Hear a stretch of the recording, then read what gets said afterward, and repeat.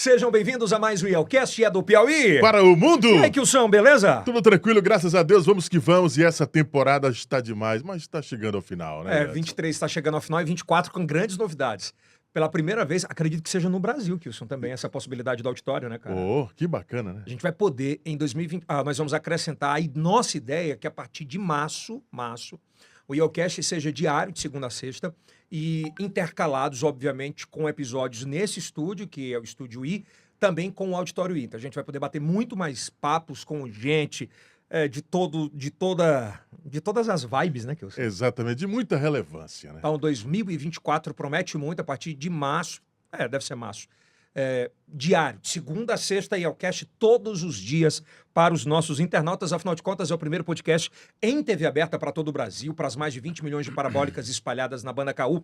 Agora também na Sky, canal 69, olha que bacana. Sábado, às 11 da noite, para você curtir de qualquer lugar do Brasil e do mundo pelo YouTube, Kilson Jones. É verdade, e reprise também, né? Tem reprise, né, Tem Kilson? reprise, né? É verdade. Reprise no domingo, né? Domingo tem reprise. Então, dá um like, se inscreva no nosso canal, ative o sininho. Por favor, nas plataformas de áudio, nós estamos lá também. E também em todas as plataformas. TikTok são mais de 300 milhões de views, Instagram 4 milhões de contas alcançadas mensalmente. Kawaii, entre todas essas outras. Estamos no mundo digital, agora você é digital. É do Piauí para o mundo. É o que eu estava falando aqui na Zona Leste, quando ele vai ao supermercado, agora vai, ei, IELCast! Principalmente naquele grandão lá. Não é mais lá no agora lá continua o bom dia, Kilson. Com certeza. Olha, hoje a gente vai bater um papo muito bacana. Vamos falar de vida, de experiências, de política, obviamente, de vivência. Ele, sem sombra de dúvidas, é um dos políticos mais respeitados, tem uma trajetória de vida muito bonita, tem uma família linda e que sempre seguiu seus objetivos e perseguiu aquilo que sempre o inspirou a sua família. E nunca declinou dessa parte. É respeitado por oposição e situação, e o que é muito bacana é que é um cara jovem que está aqui para bater papo nessa geração 40. Vamos bater palma, Kilson? Luciano Nunes Santos Filho. Seja bem-vindo, deputado. Ao IELCast. Muito obrigado, é um prazer muito grande estar aqui com você, com o Kilson, aqui no Bacana. IELCast, um podcast que chegou para ficar, né? Chegou abrindo as portas aí, vanguardistas.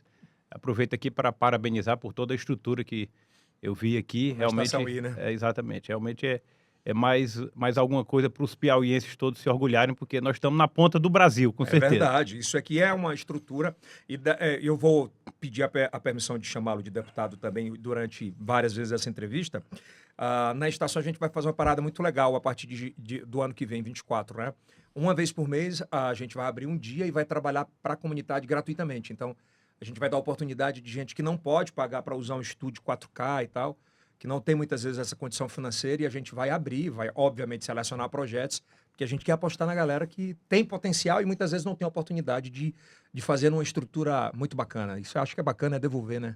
Sem dúvida nenhuma. Acho que o grande ponto, né, dessa transformação, dessa revolução tecnológica é justamente permitir oportunidades, né?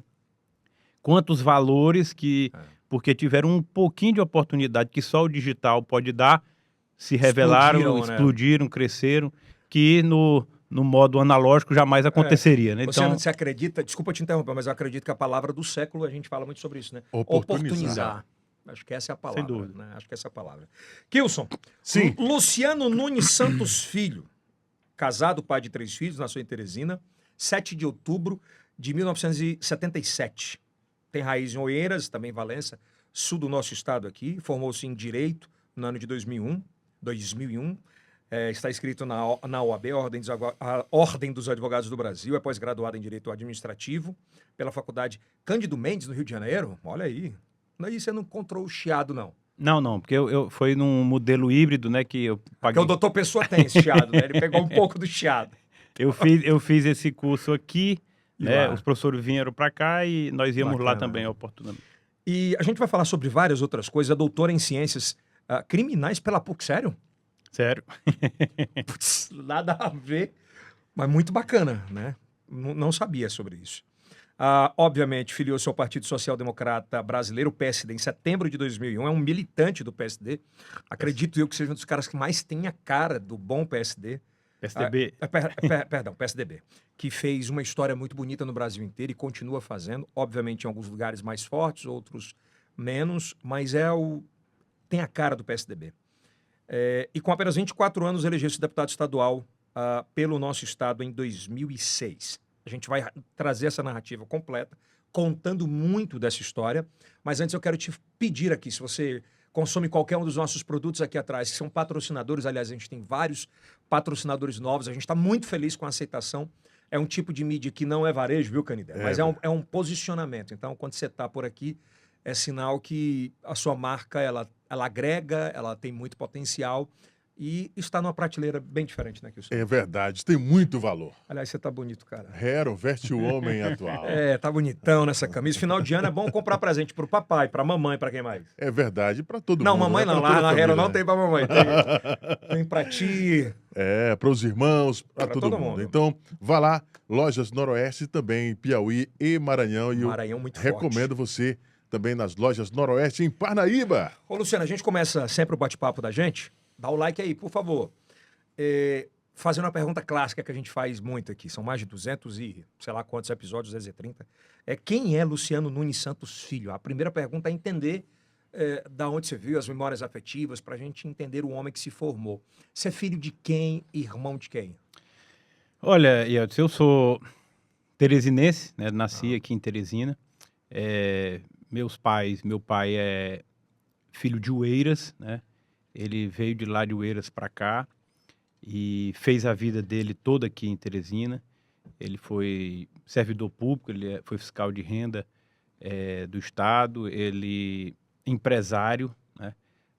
Por sinal, tem uma empresa no ramo. Qual é o nome da? O nome da empresa é L. Nunes, né? É bem. No ramo de vidros, que é o nosso principal ramo empresarial. A empresa tem mais de 50 anos, completou no ano passado 50 anos. Agora eu entendi porque você estava naquela reunião da Constituição Civil do Maribem. Eu fui com o Luciano aqui. E meus dois irmãos, né, também seguiram nessa área empresarial de vidro, né, vidro plano. Cada um tem a sua empresa e cada um trabalha. Qual o nome da empresa deles? O Leonardo tem a Inova Vidros e o Leandro tem a L. Nunes Vidros, né? A L. Nunes, a anterior, seguiu agora, a partir desse ano, está seguindo para outra atividade, outro ramo de atividade. Então, meu pai também, e daí vem um pouco da vivência política, né? Meu pai exerceu 3 mandatos de deputado estadual aqui na década de 80, até o início de 90. A minha mãe já é teresinense, nascida em Teresina, mas a origem da sua família é lá de Valença, Pimenteira, São Miguel do Tapuio, onde eu também passei uma parte da minha infância lá, ia nas férias, né? Então tem uma ligação muito forte com essa região, como Oeiras, né? Também até hoje família presente. Mas eu nasci aqui em Oeiras, aqui em Teresina, e morei os primeiros 10 anos da minha vida quase que na zona rural aqui de Teresina, ali na Socopo, né? Hoje é zona urbana, mas na época você imagina lá em 1978. Caramba! Era zona rural, lá era quase que um sítio que a gente vivia lá. Estrada batida? Terra batida? Estrada batida. Depois foi que ela foi asfaltada. Então, assim, foi uma infância muito feliz, né? Aquela infância raiz mesmo, pé no chão, subindo em árvore, né? Tirando manga, siriguela.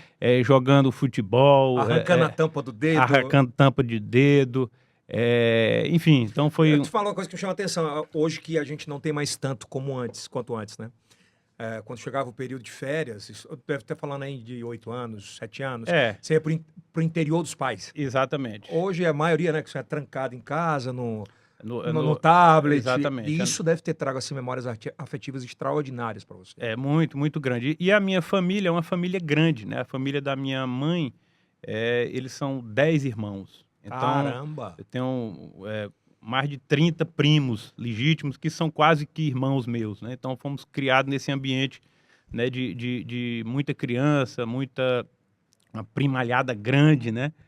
E então assim, a minha primeira infância foi lá na Socopo, né, que era quase que zona rural de Teresina. Então, uma presença muito forte da minha família, né? Meu pai, minha mãe, meus tios, meus primos, meus avós, né?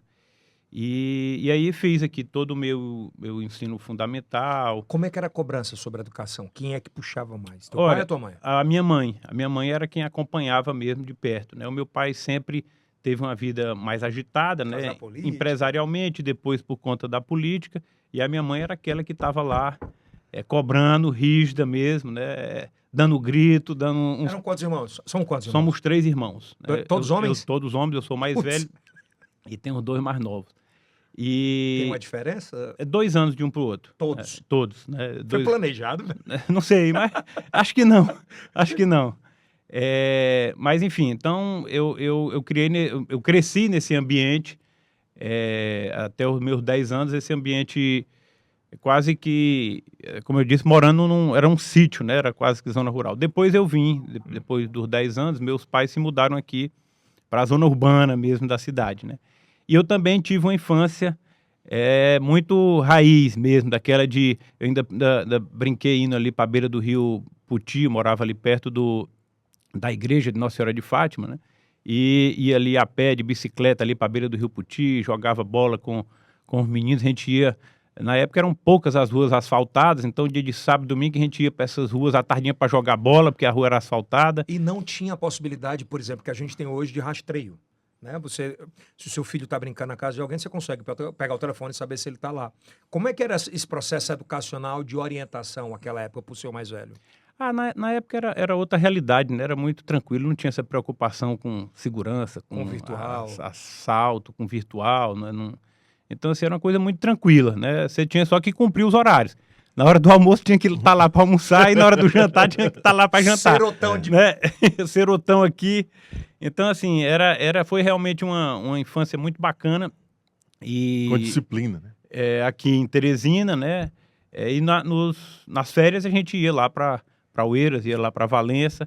Aí lá podia tudo também? Lá podia tudo, né? Lá... Então foi isso, foi nesse ambiente.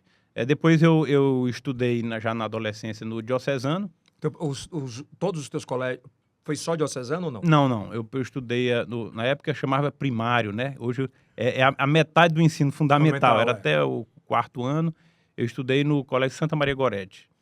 E ele só tinha até o 4º ano. Então, dali para frente, eu tinha que ir para outro colégio.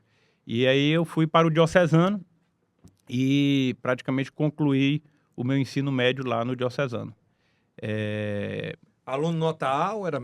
Não, eu era ali de mediano, né? Não era Não era na ponta. Não sentava na frente nem atrás? Nem atrás, era ali no meio ali. Nunca fui de ponta, também nunca fui de rabeta, não. Ficava ali no meio. Nesse período, teu pai já era político?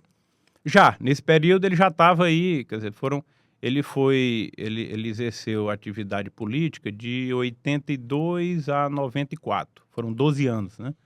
Então, assim, até o final do meu ensino médio, um pouco antes, né, ele saiu Eu te fiz essa pergunta, Luciano, porque assim, por ser o filho mais velho de 2 homens e orientado absolutamente pela sua mãe, e o pai completamente imerso na política, meio que você se coloca numa posição de um segundo pai para toda a turma, né? Isso traz uma responsabilidade... Não, assim, até que essa responsabilidade foi, assim, muito bem dividida, né? Meu pai e minha mãe sempre foram muito presentes, né? Então... A política não tirou ele de vocês? Não. Ele sempre foi muito presente. Sempre teve... parada, né? Não. Ele sempre foi muito presente, até porque foram 12 anos, né? Então não... 3 mandatos. 3 mandatos. E aí eu fui, então, eu comecei aí iniciou o curso superior. Eu iniciei fazendo em Recife, depois transferi, vim para cá, né, que era o antigo CEUT, né, hoje é Estácio de Sá, foi incorporado pelo Estácio de Sá.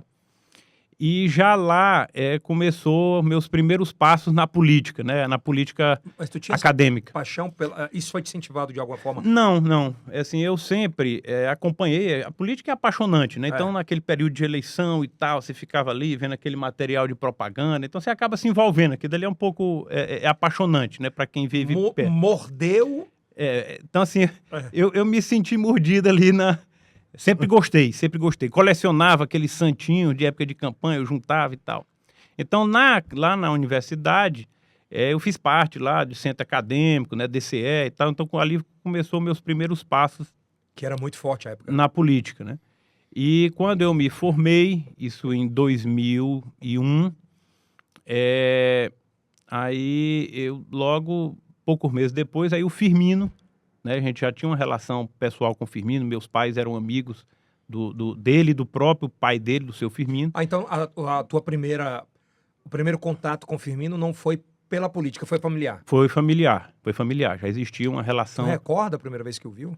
Não recordo assim, não.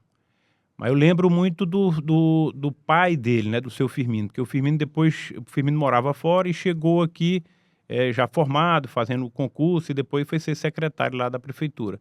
Nós íamos muito, final de semana, para um sítio que o seu Firmino pai tinha, também ali na Socopo, que o nome era Ralabucho. Né? Qual o nome do... A gente ia para lá, né, às vezes no final de semana, e lá era o contato que a gente tinha. O meu pai, a minha mãe, muito amiga da Losane, né, irmã do Firmino, meu pai, amigo do Sabino e do seu Firmino, né? O Firmino, a amizade com o Firmino já veio daí, né, com o Firmino filho. Vocês tinham né? quantos anos na época? Eu era novinho, lá devia ter aí 14, 15 anos, ele- quando eu... 18 para 19? Não, o Firmino era mais velho, bem mais velho que eu, não eram poucos... Não eram poucos anos. Não eram poucos anos assim, não. Mas, enfim, então em 2001, o Firmino já era prefeito e Você tocando na iniciativa privada, andando. eu concluí meu curso de Direito e estava começando a advogar. Eu comecei a trabalhar com 17 anos lá na L. Nunes, né? E com 17, antes de 18 anos, meu pai me emancipou para me poder participar empresarialmente, né, da empresa. Então, tem esse instituto no direito lá que você pode antecipar a maioridade, né, para poder... Sim. Então, assim, com 18 anos eu comecei a trabalhar. 17 anos, né, e aí comecei a trabalhar e a minha atividade empresarial começou aí 18 anos, mais efetiva. Com 21 anos eu me formei em Direito e estagiava também, né, em alguns escritórios e botei um escritório com 2 amigos meus, né? E na época, para você poder ser candidato, né, você tinha que se filiar um ano antes Ao partido. ao partido. Então, a eleição seria em 2002, né? Então, quando foi em 2001, né, num desses contatos aí com o Firmino me convidou para me filiar ao PSDB, né? Na época eu não pensava ainda em disputar, gostava de política, acompanhava e tal, mas não era nada assim que tivesse palpável assim. Mas me chamou a atenção porque só 12 anos do teu pai na política. Não, ele fazia parte de um grupo político, né, lá em Oeiras, e esse grupo tinha um deputado estadual Uhum.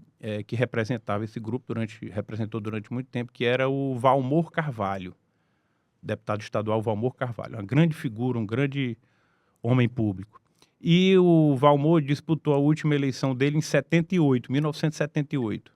E em 1982 ele não mais foi candidato. E aí ele chamou meu pai para entrar no lugar dele. Então, em 90, aí meu pai foi eleito em 82, foi reeleito em 86 e em 90. E em 94 ele foi para o Tribunal de Contas do Estado. Aí ele... Aonde ele Então ficou... não foi decepção. Não. Esse era o questionamento. Não. Então, e aí ele ficou até se aposentar, tá com 2 anos. E fez um 2 trabalho anos e pouco. incrível, né? Então tenho muito orgulho, né, da minha família, do meu pai, da história de vida, de luta dele. Apesar de ele ser mais conhecido como um homem público, né, porque foi deputado e depois conselheiro do tribunal, mas o grande feito dele, que eu vejo, é o empresarial, né? Gigante, né? 50 anos, né? Acho que você conta nos dedos aqui no Piauí quantas empresas têm 50 anos, né? E ter conseguido passar essa lição, dar esse testemunho para os filhos, né? Então, nós somos 3 e os 3 na iniciativa privada, né? Cada um tem o seu próprio negócio e toca o seu negócio. E com transições importantes de mercados, né? Sim, Você sai de um mercado muito analógico, depois um pouquinho mais analógico com digital, entra no digital e permanece nesse mercado. Assim, um mercado muito dinâmico, né? Agora mais do que nunca, né? Agora- O meu pai, quando chegou aqui em Teresina, formado em agronomia, ele se formou em agronomia, depois se formou em direito.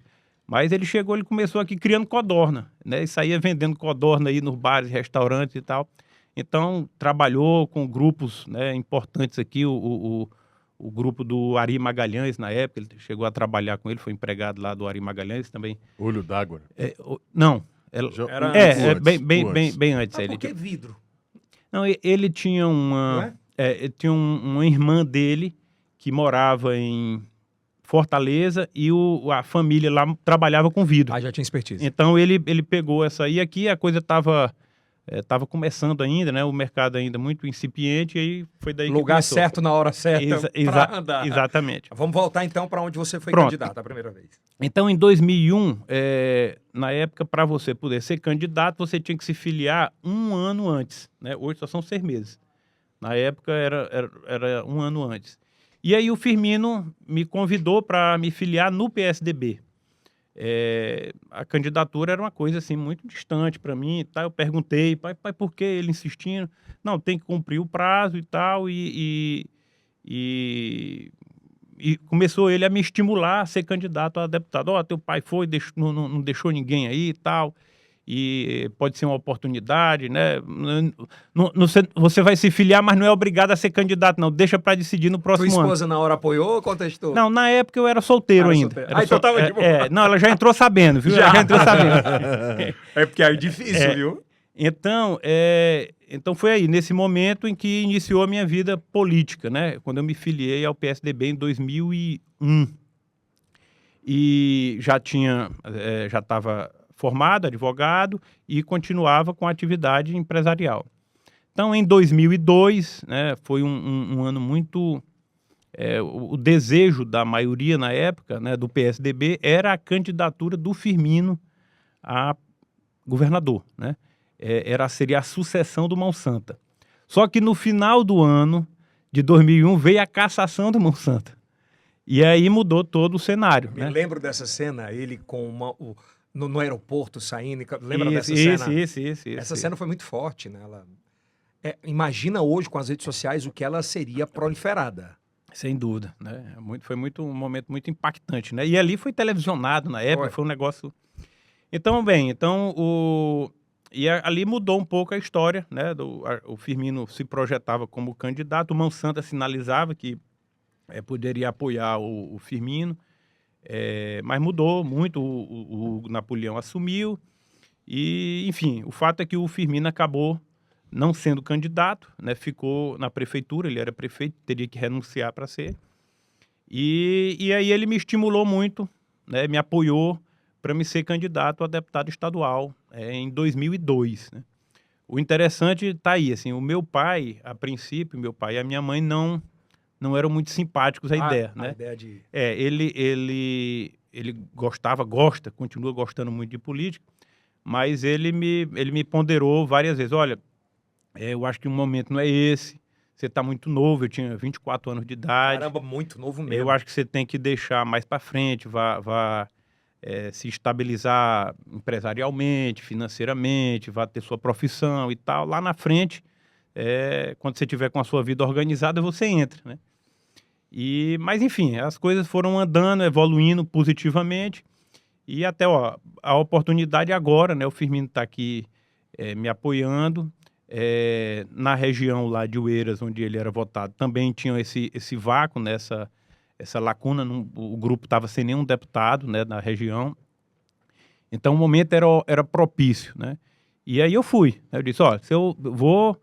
e aí ele disse, não, se você for, vamos junto aqui, né? Tive o apoio restrito dele, da minha mãe, da família toda e tal. E eu disse, olha, vamos lá para a luta, se ganhar, ótimo, né? Não era uma eleição provável, era improvável, era muito novo e disputando contra deputados de muitos mandatos com lá. Estrutura. Com estrutura. A famosa estrutura. A famosa estrutura. E se eu ganhar, ótimo, né? Mas se eu perder, fica a experiência, né? A vivência e vou estar aí, né, conhecendo pessoas, construindo relações e tal. E, surpreendentemente, felizmente, eu tive êxito e fui eleito logo na primeira Foram eleição. quantos mil votos na primeira logo? Quase 18 mil votos, Muito 17. voto, Foi. muito Não, foi. Quando tu se deu Fantástico. conta, tô eleito deputado estadual com 24 anos. Eu acho que assim, a ficha só cai com o tempo, né? Eu, assim, Que é uma mudança absurda. muito jovem, né? E sem experiência, sem vivência Solteiro. e tal, né? Solteiro, né? Ainda. Então, assim, a ficha foi caindo aos poucos, né? Então, no decorrer do mandato, né? A gente vai... Você naquela época já tinha, não vou falar brigar, diversidade de PT e PSDB? Já. Aqui, em específico, Teresina, que eu falo. É. Teresina ou no estado? Vamos... Na verdade, existia uma polarização muito grande no Brasil, né, a nível nacional, que era o PSDB, o Fernando Henrique, né, tinha ganho as duas últimas eleições, em 94 e 98, contra o Lula. E em 2002, o ano que eu fui eleito deputado a primeira vez, o Lula ganhou a eleição para presidente. E foi a primeira eleição do Wellington Dias aqui para governador. Então, o PT até então, ele não existia essa polarização aqui no Piauí, né?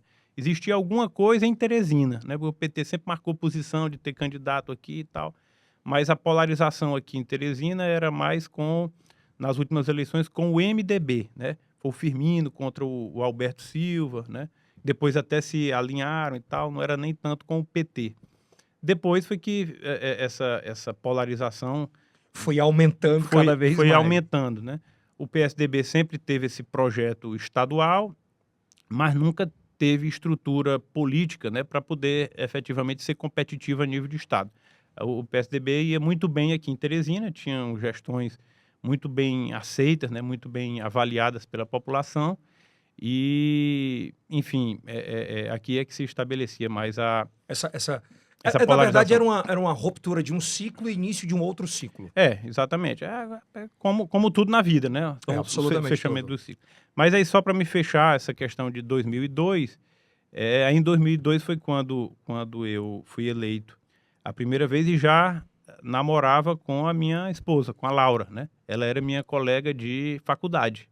E aí... Também advogada? Também advogada, é professora da UESP.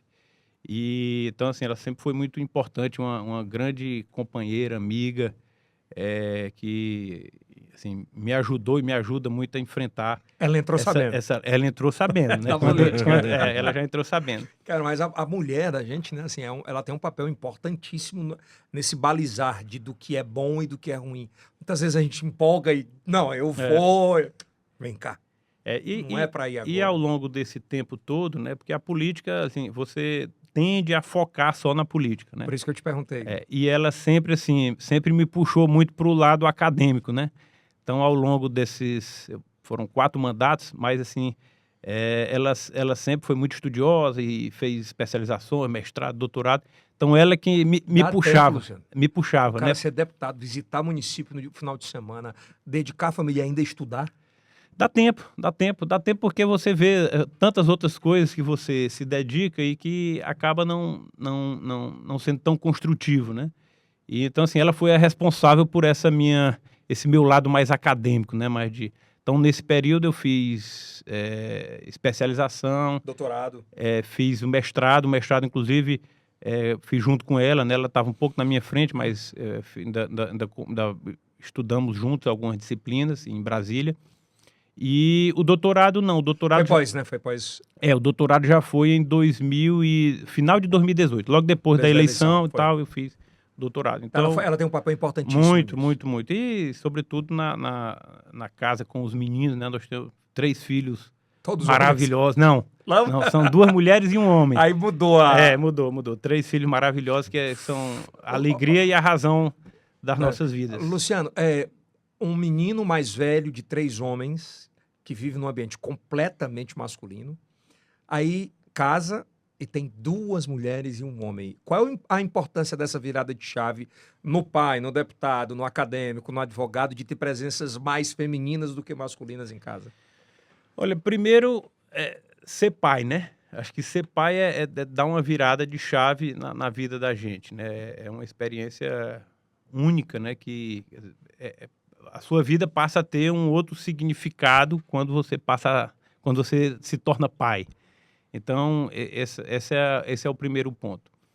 A presença feminina, assim, para mim sempre foi muito marcante, né? Porque eu sempre tive a presença da minha mãe muito forte na minha vida. Nós sempre tivemos uma afinidade, uma cumplicidade muito grande, apesar dela ser muito dura, mas sempre tivemos essa relação. E aí depois com a Laura e com os filhos a gente fica meio abestado, né? Total. Faz tudo. Então faz o que quer com a gente e tal, mulher. Então tem a mais velha, a Maria Luísa. 15? E 15 anos. Eu tenho uma de 15. De 15 anos. E a mais nova, a Letícia, que é outra figuraça. Qual né? das duas parece mais com você? Fisicamente, a Maria Luísa tem mais traços da minha família, né? A mais nova é a mãe pura, né? Mas intelectualmente, no aspecto de gostar, de... Eu acho que pergunta que o Luciano Neto é que tem um temperamento mais parecido comigo. Ele correu pro lado. Ele é mais comedido, mais tímido, né? Eu sou muito tímido, era muito mais, mas ele é mais discreto, mais na dele, mais contido. Elas são mais... Ele tem quantos anos? Vai fazer 13 anos agora. 13 anos. Gosta também das mesmas coisas? Algumas, né? Somos apaixonados pelo Vasco, né? Somos vascaínos, meu né? Deus do céu! Apesar dele não ter tido muita opção, não. Lá em casa os três são todos vascaínos. Vai lá, Gilson. Bom, Luciano, você, como deputado, como é que vê a relação de todos os deputados e fazendo uma avaliação sua em relação à capital? Porque todo mundo fala do interior, fala de suas bases, e Teresina, historicamente, não ter aquele deputado com propostas para a capital. Como é que você vê essa situação? Ou até que, às vezes, é importante você falar, você teve 4 mandatos, né? Muitas vezes, alguns deputados em Teresina se elegeram como defensores e guarda-chuvas da capital, e parece que na hora que acontece o negócio, vira a chave, e aí já muda um pouco. Teresina tem essa peculiaridade, né? Essa característica. Ela se fixa, né, em algumas personalidades durante algum tempo, né? Depois muda. E depois muda, né? Nós tivemos grandes líderes aqui que tiveram votações extraordinárias e depois, né, a coisa não dura muito tempo, né? Então tem que ter essa sinergia muito... Teresina, assim, e talvez por causa disso, os mandatários, né, sobretudo quem tem mandato proporcional, o deputado estadual, o deputado federal, tem um certo receio aqui de confiar só em Teresina, né? Porque como você lida com muita gente, do mesmo jeito que pode dar muito voto, pode dar muito pouco. Então, rapaz, se eu ficar dependendo só daqui, o negócio é arriscado. Então, todo mundo trabalha, né, tem um apreço muito grande por Teresina, ele se dedica, mas nunca descuida do interior, porque no interior, as cidades do interior é mais... o eleitorado, o voto, né? Ele é mais previsível, vamos dizer assim, vamos usar esse termo, é mais... Porque cada comunidade tem seus líderes e você se aproxima Exatamente. dos Normalmente você tem ali 2, 3, 4 grupos políticos, né? E você sendo apoiado por um desses grupos, aquele dali já lhe garante uma boa votação, então você tem como mensurar... Com bandeiras mais definidas. Com bandeiras mais definidas. Aqui em Teresina, como é uma cidade de quase 1 milhão de habitantes, é muito complexo, né? E você adotar determinadas bandeiras e se fixar nelas, então assim... É muito perigoso. É muito perigoso. Eu sou muito grato a Teresina, porque nas 4 eleições de deputado estadual, sempre Teresina foi a cidade que me deu a maior votação, né, em todas elas. Você lembra de qual as votações em Teresina? Olha, mediana. Assim. Em torno de 7, 8 mil votos. É muito voto. Exato. Até quando o Firmino foi candidato a deputado estadual, nós disputamos, nós ficamos nesse patamar aí. Né? Então, assim, e por isso Teresina, eu dedicava, né, sempre uma atenção muito especial, muito grande a Teresina, por ser minha cidade natal, por eu ter crescido aqui, me formei, devo tudo a Teresina. Como eu acho que a grande maioria dos piauienses, né, deve alguma coisa a Teresina, porque sempre vem a Teresina para se socorrer de alguma coisa, seja na saúde, na educação, no comércio, né, enfim, aqui a coisa sempre... Teresina é uma cidade que tem um pouquinho de cada município. É a capital mais interiorana do Brasil. Sem dúvida. Né? Tem 1 milhão, quase 1 milhão, 860 mil, acredito, no último. Mas parece que você mora na cidade de 8.600 pessoas. Tem essa cultura. E ao longo da minha vida pública, eu tive a oportunidade de servir aqui a Teresina em 3 oportunidades. Fui secretário de administração, na gestão do Silvio, inclusive, e lá, assim, posso destacar aqui pontos que eu carrego comigo, né, de muito orgulho. Tive o meu amigo Francisco Candidé como secretário executivo lá Grande Candidé, na né? Secretaria Ele é um querido. de Administração. Praticamente todos os planos de cargos, carreiras e salários da Prefeitura foram geridos, né, foram trabalhados e aprovados e implantados na nossa época, na nossa gestão, lá como secretário de Administração. Era uma demanda antiga, né? Então o servidor entrava, não sabia como é que ia estar a sua vida funcional com 2 anos, 3 anos, nem como é que ia se aposentar. E nessa época nós implantamos o plano geral, né, e vários outros planos. Eu tenho que aproveitar para fazer essa pergunta nesse momento.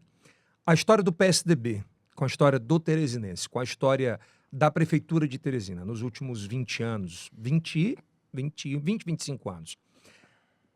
Todo esse arcabouço, o PSDB faz muito parte do DNA do que foi projetado de segurança para o servidor, de segurança para o planejamento futuro, independente do gestor. Mas foi projetado para isso. Vocês têm esse DNA lá dentro? Olha, Eltis, sem nenhuma pretensão, muito do que nós temos hoje de política pública, do que foi construído de bom em Teresina, foram nas gestões do PSDB. Então, isso não é... Até porque não teve outra nesse período. A oportunidade de ter outra era agora e nós estamos tendo esse caos, né? Então, é claro que muito longe de ser uma gestão perfeita, porque não existe gestão perfeita. As cidades cada vez mais são muito dinâmicas. Os problemas se apresentam numa velocidade digital. O poder público tem uma capacidade de resolução analógica. Então, essa diferença, né?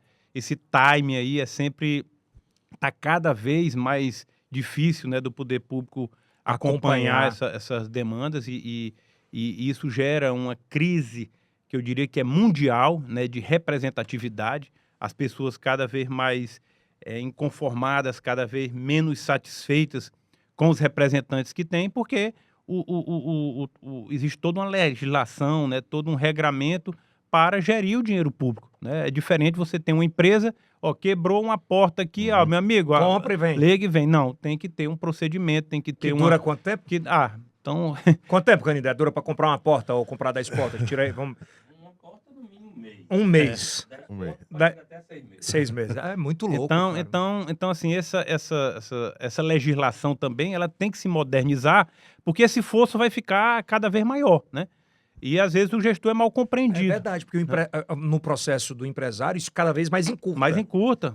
Cada vez mais rápido. Você está com um problema agora aqui, você já está com uma ferramenta tecnológica aí para te dar o retorno rapidamente. A solução, né? Exatamente. Então, é disso que se trata esse momento que a gente vive, né? político que a gente vive, eu diria, no mundo todo, né?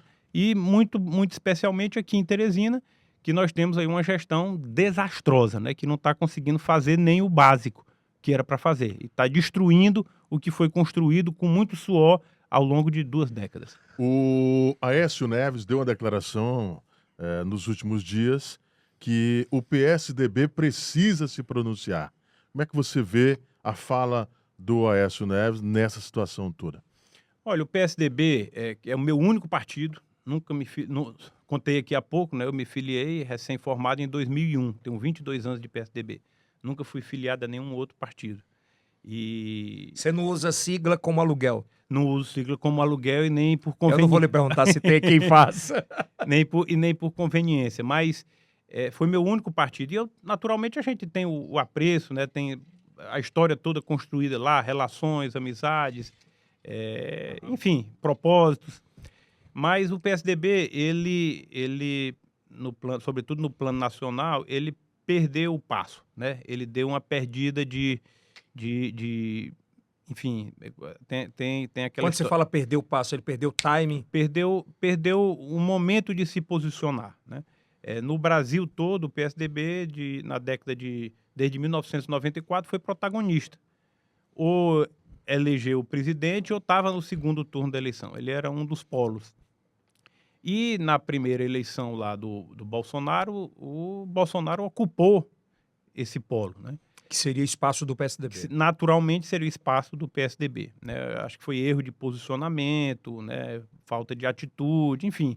Hoje em dia as coisas acontecem muito rápido, você não se posiciona, alguém ocupa aquele espaço e acabou. E também houve uma virada também no mundo todo, né? No mundo todo nós estamos vendo aí esses extremismos, né? Não é só um fenômeno brasileiro, é um fenômeno mundial, A né? Argentina provou isso agora. Não estou falando que o presidente eleito seja extremista, mas existia uma polarização muito forte. Mas é isso, né? Aqui no Brasil, há 10 anos atrás, ninguém nem se falava em direita, né? E quem era de direita tinha vergonha de dizer que era de direita, né? Então, o Bolsonaro talvez tenha tido essa percepção, né? Esse vácuo de que tinha um espaço ali para ser ocupado e ele ocupou, né? Legitimamente. Legitimamente. A política é isso, não tem vácuo. A pessoa vai e ocupa o espaço. Então, o PSDB ficou perdido nessa história, né? Nós não nos posicionamos. Tivemos a candidatura lá do Geraldo Alckmin, que foi um grande homem público brasileiro, foi governador Que de tem São o Paulo. DNA do PSDB, Muito. mesmo estando no PSB. PSB. Foi governador de São Paulo em 4 mandatos e teve uma votação muito pequena Pífia. naquela eleição. Na última eleição, aí foi a tragédia, né?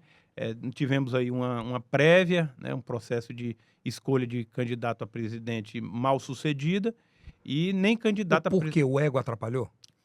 Olha, ego, projetos pessoais, né, acima de projetos partidários.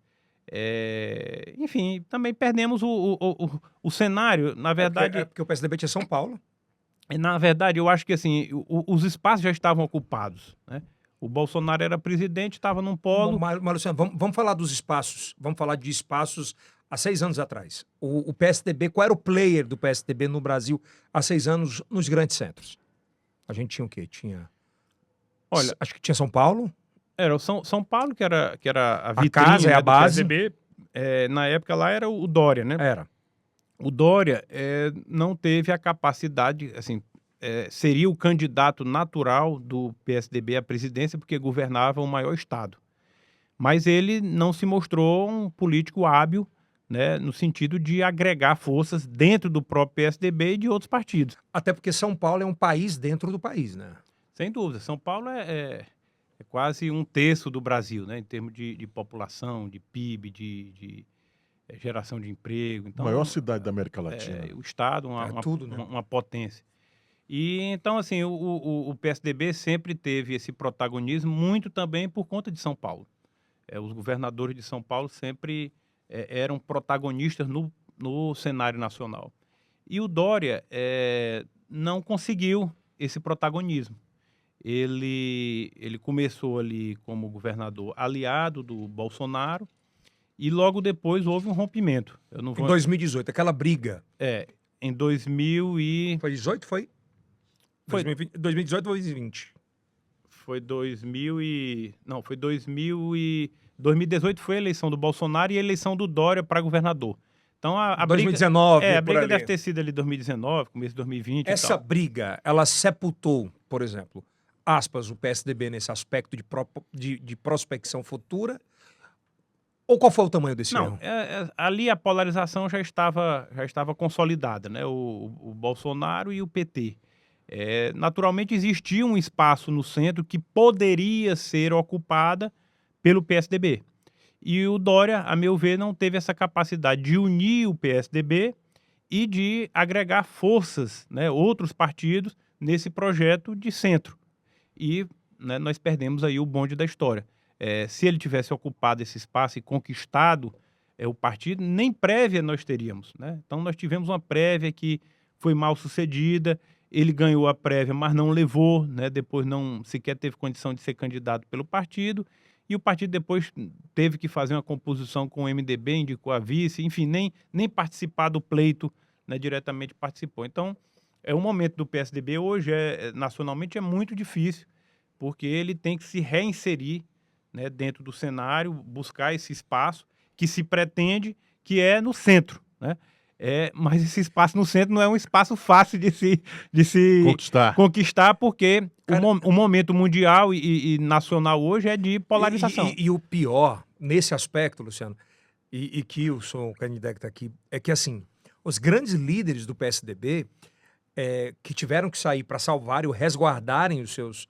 E você é um dos poucos no Brasil que seguraram a peteca durante 4 anos e nunca mudaram de posição. 4 mandatos. Sempre se mantiveram na oposição.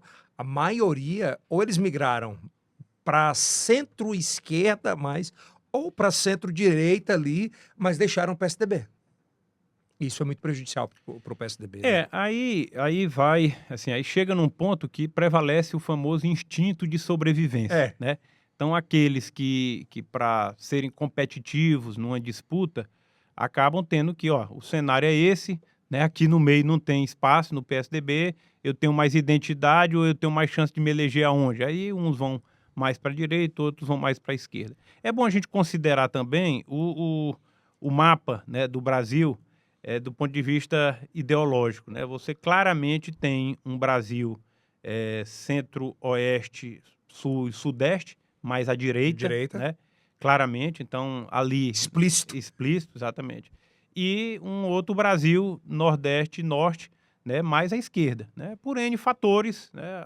Essa é a realidade, esse é o mapa brasileiro. Então, às vezes, por conta dessa questão geográfica também e a ideológica, houve essa migração para o lado oposto. Você era um deputado do PSDB que por 4 mandatos não se rendeu a isso, continuou na oposição em 4 mandatos de PSDB contra Partido dos Trabalhadores, o PT. É difícil ser oposição, por exemplo, a um governo excessivamente petista, de deputados na Assembleia e de governador e de senador e de deputados federais? Olha, eu só tive experiência de oposição, né? Então eu fui eleito em 2002 e de lá para cá é oposição até hoje. Então peguei aí os 4 mandatos do Wellington Dias e mais o do Wilson Martins no meio. E fui oposição, né, durante esses 4 mandatos. No último, enfim, já tinha cumprido acho que 4 mandatos já é um tempo suficiente, ciclo, né? Acho que era um momento de dar um outro passo. E foi quando eu fui candidato a governador em 2018 contra o Wellington Dias. Você não perdeu a eleição, né? Você tentou um up maior. Eu não fui, não fui para reeleição, né? Eu fui disputar o governo do estado pelo PSDB contra o Wellington e contra o Pessoa na época. Então foi também uma experiência fantástica, né? Tive essa vivência de uma candidatura majoritária num estado como o Piauí também foi uma experiência muito positiva, né? Carrego isso com muita honra e com muito orgulho de ter tido essa oportunidade de disputar o governo do estado aqui pelo Piauí e representar mais de 300 mil pessoas, né? Mais de 300 mil votos. Então, assim, o PSDB encontra-se hoje nesse momento muito difícil, né? De ter que se reestruturar, se reposicionar e se renovar. Eu acho que foi outro pecado cometido pelo PSDB, foi de não renovar a sua liderança. Então, agora, de uma forma ou de outra, nós temos que renovar, porque as antigas não estão mais no cenário, né? Não estão mais disponíveis para disputar. Você falou em erro... Durante muito tempo, o PSDB falava também na questão do PSDB jovens. Falava muito, não só no Piauí, mas no Brasil inteiro. E os jovens? Essa formação, onde estão? Olha, Kilson, eu diria que esse não é um problema só do PSDB. O nosso sistema político partidário, ele não é inclusivo.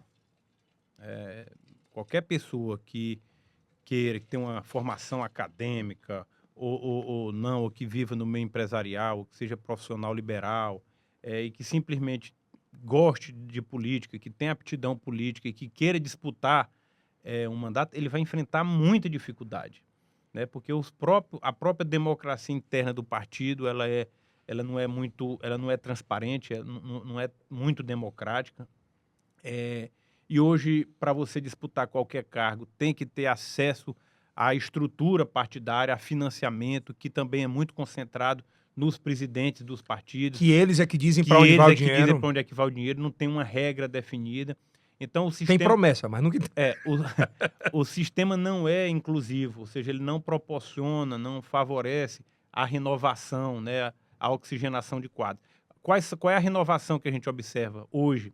Normalmente são de pessoas que têm uma superexposição, né? O gente da televisão, né, que apresenta programas televisivos, influencers, jogador de futebol, gente vinculada a igrejas ou movimentos que agregam muita gente. É a única forma de furar esse bloqueio são através desses segmentos hoje, né? O digital está vindo aí e pode, eu não tenho dúvida que pode dar uma contribuição muito grande para furar esse bloqueio. Mas hoje o sistema ele é exclusivo, né? Ele não inclui as pessoas. Deixa eu aproveitar dentro aqui a tua pergunta, que eu acho que é importante, depois a gente volta para a história do PSDB ainda, já que você tocou nisso. Eu posso estar muito enganado, me corrija, Kilson, você se eu estiver errado.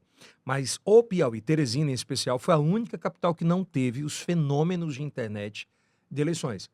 Isso é muito comum a grandes centros como São Paulo, Rio de Janeiro, Minas. Se você parte para o Nordeste aqui, você tem Fortaleza como um grande case disso, Bahia, alguma coisa ali, mas o Piauí não tem esses fenômenos espontâneos ainda de internet. O porquê isso não aconteceu aqui em Teresina, na tua visão? Eu não tenho assim uma opinião formada ainda sobre isso, né? O porquê não aconteceu, porque isso é tão assim profundo, né? Mas pra você chegar, muito, né? Mas eu acho que vai acontecer. Na próxima eleição, fatalmente vai acontecer. Nós já tivemos um pequeno exemplo, né? Acho que a eleição da Tanandra mostra isso, né? Ela não é bem uma influência, mas assim, ela tem uma causa e ela usou a internet. Ela tem uma causa muito bem definida, que é a defesa animal, e ela utilizou tão somente as redes sociais, né? Ela só tinha as redes sociais como... Olha, eu lembro lá de vereador e de deputado que foi eleito em São Paulo com a causa animal há, sei lá, 4 eleições atrás, 12 anos atrás. Sério? Né? Então, agora que chegou aqui. Então, esse esse fenômeno ele pode não ter acontecido, mas vai acontecer. É natural. Então, é natural. Tem Uma hora vai chegar. Tem só esse time. Você falou ainda agora há pouco do erro do PSDB em não ocupar espaços nacionais, correto? Onde é que o PSDB errou aqui? Foi na época, por exemplo, que o prefeito Silvio Mendes deixou a prefeitura, que era do PSDB, que tinha uma aprovação muito ok, e tentou alçar de alguma forma ali ao governo do estado e acabou perdendo. Aquele time foi errôneo para o PSDB? Não, eu não vejo que foi errôneo, não. Eu acho que foi até uma atitude louvável, corajosa na época de deixar a prefeitura e postular uma candidatura de governador. Na época ele era favorito, né? Saiu muito bem avaliado à época, com boas intenções de voto, mas não vejo aquele momento como um momento de erro, não. Desculpa. Na última eleição, né, que foi a eleição que nós perdemos aqui em Teresina, que nós tivemos aí, eu não diria um erro. Algumas pessoas dizem que a eleição é como queda de avião, né? Não acontece, você não ganha nem perde por um único fator, são vários fatores. E nós tivemos alguns fatores, né? A pandemia, o Firmino tomou medidas muito enérgicas e foi mal compreendido, né? Naquele momento. Acho que o próprio tempo, muito tempo de gestão, enfim, vários fatores que levaram a uma fadiga, né? As pessoas queriam experimentar algo novo. Pois eu vou mudar a pergunta. Por exemplo, o PSDB de Firmino Filho, o PSDB de Luciano, o PSDB de todos os PSDBistas que ficaram mais de 20 anos na prefeitura, eles perderam para o doutor Pessoa ou perderam muitas vezes para o desgaste que mesmo foi gerado, por exemplo, na pandemia, foi gerado pelo tempo, por acertos e erros? O Firmino usava muito uma expressão que ele dizia assim, um dos grandes adversários que nós temos é o general tempo, né? Então o tempo, sem dúvida nenhuma, foi um fator importante naquela eleição. Como eu disse há pouco, o mundo todo está impaciente, né? Está inquieto, né? Está ansioso, está querendo algo novo, está querendo transformações, está querendo... E nós vimos ali quer dizer, foram 2 do Firmino, mais 2 do 25 anos, Silvio, né? mais muito tempo, né? Quase 25 anos e... Chegou a 25? Acho que chegou. Se você pegar aí, 4 do Firmino são 16. mais 2 do Silvio, né? São mais 8. Ainda puxa para o UOL Ainda Ferraz. puxa para o UOL, né? Então dá isso aí. Então eu queria experimentar algo novo. E o doutor Pessoa, ele vinha naquela, ele já tinha disputado uma eleição de prefeito, já tinha disputado, vinha de uma eleição de governador que ele disputou, então ele vinha com o nome quente. E naquele momento, ele foi a pessoa que representou essa mudança, essa alternância, né? Infelizmente, para a cidade, deu no que deu. Você sabia que ia acontecer isso ou não? Da gestão do... Olha, eu não tinha boas expectativas, né, em relação à administração do Pessoa. Eu não imaginei que ia ser tão ruim como está sendo agora, porque realmente nós estamos aqui à beira de um colapso. O que nós estamos vendo hoje na saúde, por exemplo, é algo terrível, né? As pessoas... muito além, né, de faltar uma luva ou faltar um remédio. Você imagina ali pessoas que têm hipertensão, que têm diabetes e que não têm dinheiro para comprar esses remédios. E vai lá à unidade básica de saúde e não tem o remédio. Essas pessoas, elas estão encurtando o tempo de vida delas, elas estão sofrendo, né? As cirurgias que eram para acontecer e não acontecem. Mas é de má intenção dele, doutor Pessoa, um cara mal intencionado, ou o que é? Olha, Yeltsin, eu acho que esse não é o ponto, né, da intenção. Eu acho que definitivamente é uma gestão que não tem planejamento, é uma gestão que não tem tido competência sequer para manter os serviços minimamente funcionando. E existem desvios também na prefeitura. Como assim? Né? Nessa semana mesmo eu denunciei a contratação da limpeza pública de Teresina, que está com um sobrepreço de R$5 milhões mês. Então, a empresa que está operando hoje, ela está cobrando 5 milhões a mais do que a primeira colocada tinha cobrado. E depois a própria prefeitura desqualificou a primeira, né? E o Tribunal de Contas atestou que essa desqualificação ou desabilitação foi indevida. Então, a prefeitura trocou um serviço 5 milhões mais barato por uns 5 milhões mais caro. Qual é a justificativa disso? Se esse dinheiro está fazendo falta lá na unidade básica de saúde, está faltando lá na merenda escolar, as crianças estão tendo que voltar para casa antes do almoço porque não tem merenda escolar.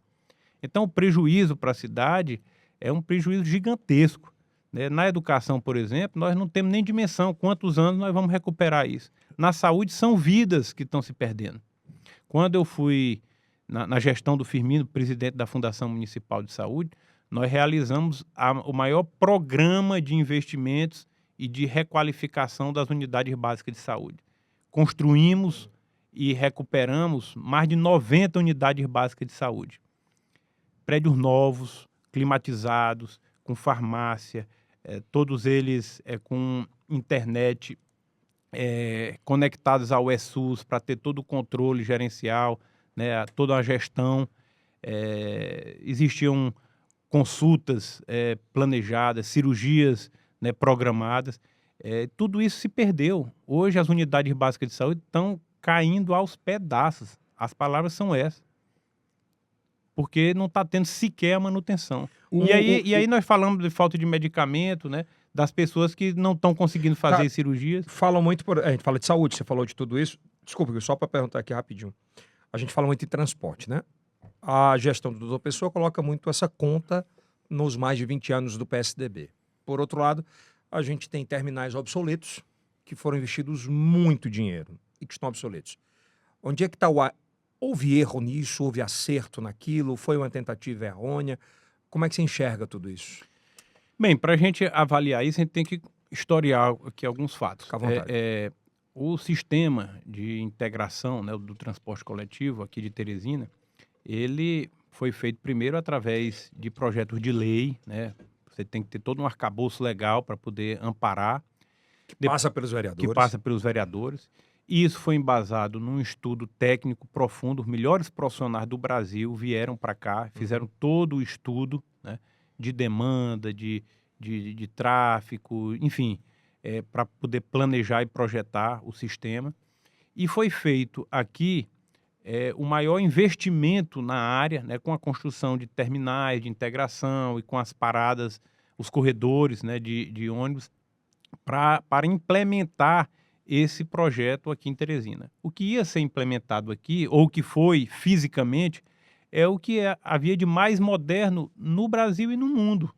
E não foi tirado da cabeça de ninguém, assim, aleatória, não. Foi feita com base em estudos científicos e técnicos. O que é que aconteceu? Quando o sistema estava sendo implantado, veio a pandemia.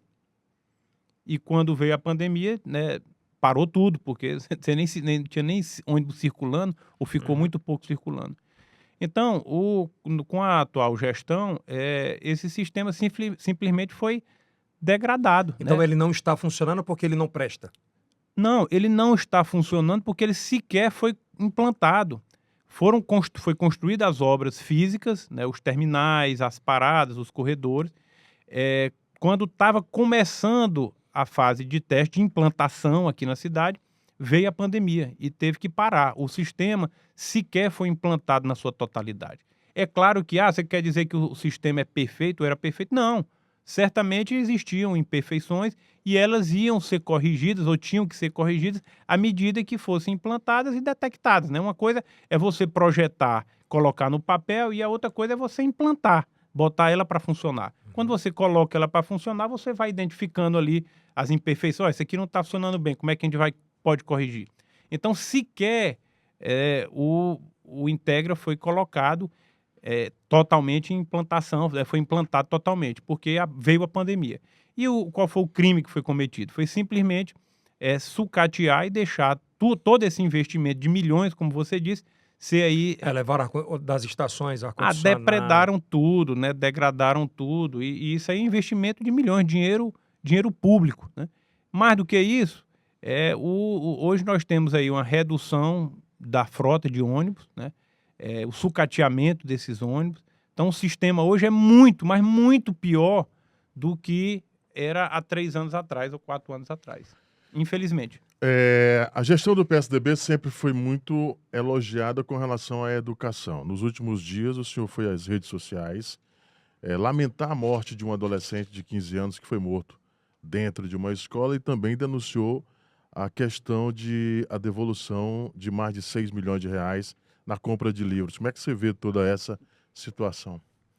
Olha, dois episódios assim, distintos. Um é lamentável, né? E foi mais uma postagem de pesar e de lamento pelo falecimento de um jovem, né, assassinado dentro de uma escola. Então, um lugar que é para se falar de futuro, né?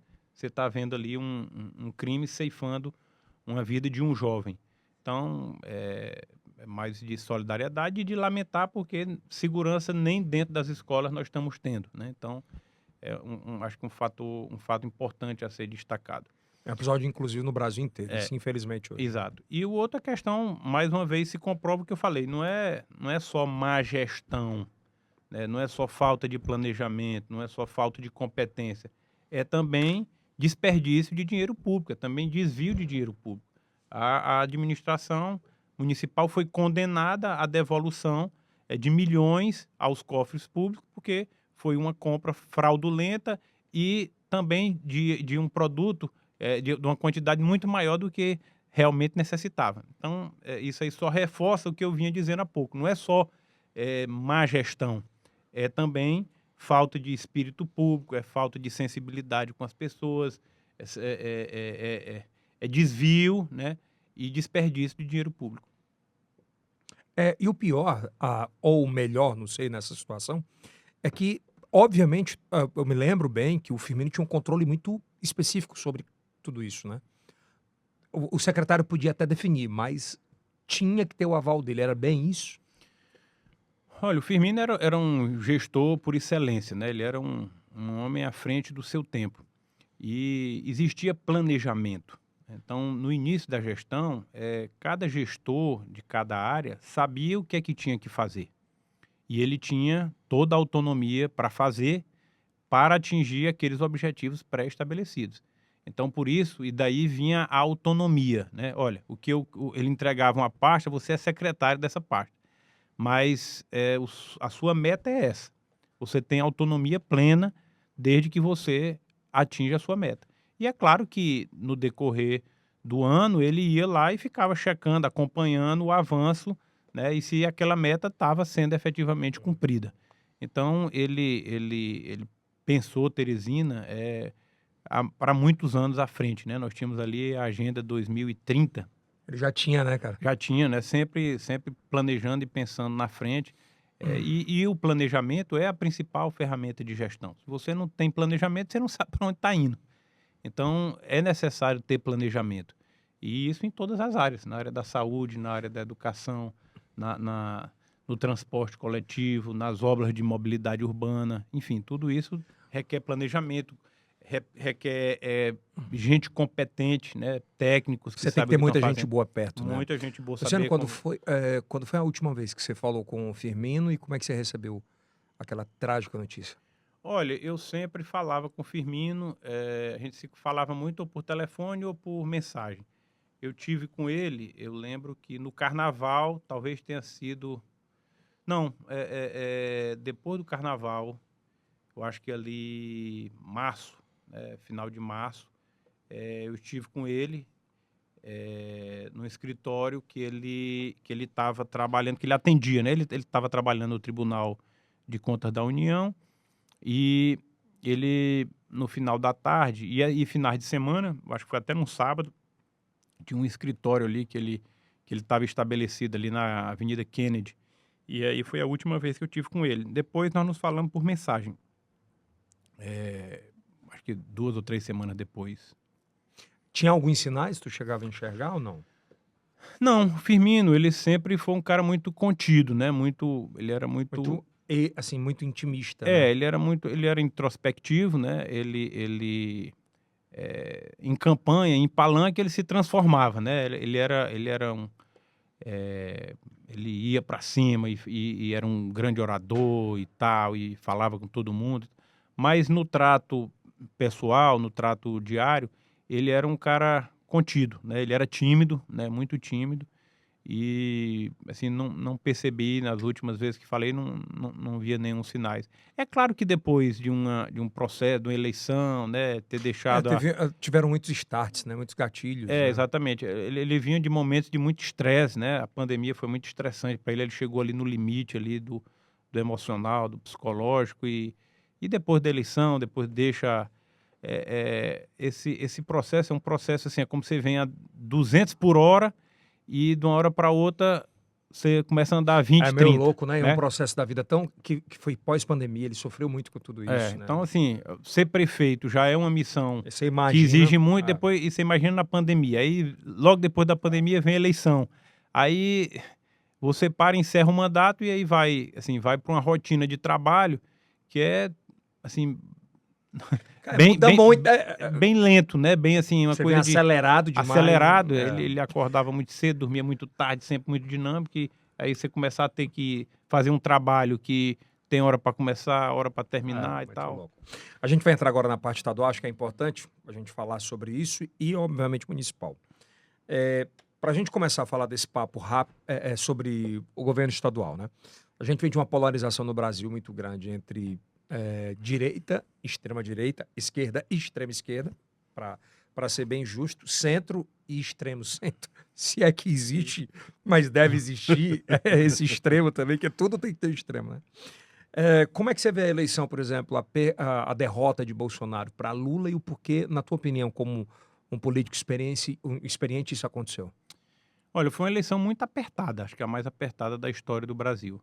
E eu vejo que muito extremada, e acho que o Lula ganhou porque conseguiu somar mais, né? Ele juntou a esquerda, a extrema esquerda, e conseguiu pegar a maior parte do centro para ele.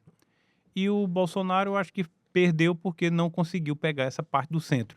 Quando eu digo do centro, não é o centrão, não são aqueles partidos, né, do centrão. Eu digo do centro, né, das pessoas, do que as pessoas pensam, daquelas que têm uma identidade ideológica mais de centro, né, menos radical. Então, o Bolsonaro conseguiu 100% dos votos da esquerda e da direita e da centro-direita. O Lula, 100% dos votos da esquerda e da centro-esquerda, só que o Lula conseguiu avançar um pouco mais no eleitorado do centro, que o Bolsonaro não conseguiu. Por exemplo, onde é, por exemplo? A gente teve uma eleição para a Argentina. A extrema-direita ganhou da esquerda, e com quase 10 pontos de diferença, né? Onde é que houve esse erro, por exemplo, aqui no Brasil? É isso que eu quero entender. Onde é que o Bolsonaro, se é que ele pesou a mão, na sua opinião, onde é que ele pesou a mão que ele poderia ter... Olha, o Bolsonaro, eu acho que assim, quando ele pesou, assim, nos discursos dele, sobretudo na pauta de costumes e tal, ele fidelizou muito o eleitorado dele, de direita e de extrema direita. Onde é que eu acho que o Bolsonaro talvez tenha errado, né? Quando ele deixou de... Eu vou aqui por símbolos, né? E até por partidos nesse momento aí. O Bolsonaro começou o governo dele com o PSDB como um possível aliado, né? O Democratas, por exemplo, fazia parte do governo lá, 3 ministérios e tal. E isso aí representava um certo segmento, né, da população assim, mais identificada com o centro, né? Aham. E ao longo do tempo ele perdeu tudo isso, né? Ele tinha tudo para ter todo mundo do lado dele e não teve, né? E o Lula, por exemplo, fez um gesto simbólico importante que foi levou o Alckmin, né, para ele. Então, assim, é como aquilo dali passou Com cara de PSDB absurdo, né? ele passou uma mensagem para a população de que, ó, aqui vai ser um governo mais plural, né? Eu estou dando aqui espaço para alguém que não é de radical de esquerda e que fala mais com a direita, com o centro. Isso né, é que- legal, Luciano, na tua opinião? Eu acho que a eleição majoritária, toda eleição majoritária, ganha quem soma mais, né? Foi uma eleição muito, muito parelha, né? Muito, né, disputada e decidida ali, né, São os percentuais de empate técnico. exatamente, no detalhe. O Bolsonaro tiveram alguns incidentes no final da campanha dele também, aquela história do Roberto Jefferson. Carla Zambelli. Tal. Então, assim, é muito difícil de dizer qual foi o fator. Mas eu vejo, assim, de uma forma macro, que o Lula conseguiu conquistar mais o eleitorado de centro e ao Bolsonaro faltou isso, né? Faltou esse aceno mais para esse eleitorado de centro, né? Quando ele convida o Alckmin, você acredita que ele buscava um vice muito parecido com o José de Alencar? Eu acho que foi um aceno nesse sentido. Talvez a lógica outra, né? Porque lá atrás o Lula, o mercado tinha muito medo do Lula, né? Que ele pudesse fazer transformações aí, radicais e prejudicasse o mercado, né? A classe empresarial e tal. Então, botando um cara de peso como era o Zé de Alencar, ele neutralizava ou passava, ó, não é bem assim que nós estamos, se o Zé de Alencar está lá, né? E agora, como a coisa estava muito politizada, eu acho que o Alckmin foi nesse viés mais político, mas fazendo uma analogia... É bem isso, né? Bem isso, Foi né? bem isso mesmo que isso. Ele trouxe para dizer assim, pro mercado, né? Ó, bandeirinha branca Não é do jeito que vocês estão pensando aí, de não. outro tal, jeito. E vamos para frente. Aí a gente parte agora pro municipal, né? Eu queria que você fizesse para a gente começar aqui no nosso estado. Como é que você enxerga o Rafael Fonteles, assim? É um governador que tem demonstrado, colocou nos últimos 11 meses o Piauí em pautas importantíssimas nacionais, mas ele não tem tanta aquela cara do PT raiz, né? De mais radical, é bem diferente. Como é que você tem analisado esse momento do Rafael nesse primeiro ano? Um PSDBista raiz, que nunca mudou de partido, analisando o Rafael, um novo petista de uma nova geração. Olha, eu acho que assim, é importante destacar aqui alguns pontos, né? Eu acho que é uma nova geração, né? Um cara que tem conhecimento, tem preparo técnico, conhece o Estado, porque era secretário do Estado, deu um formato diferente, né, para o governo do que a gente estava acostumado a ver, né? Antes era um governo muito mais político, né? Agora tem político, mas e acho que está correto em ter, mas nas principais áreas ele montou uma equipe mais técnica, né?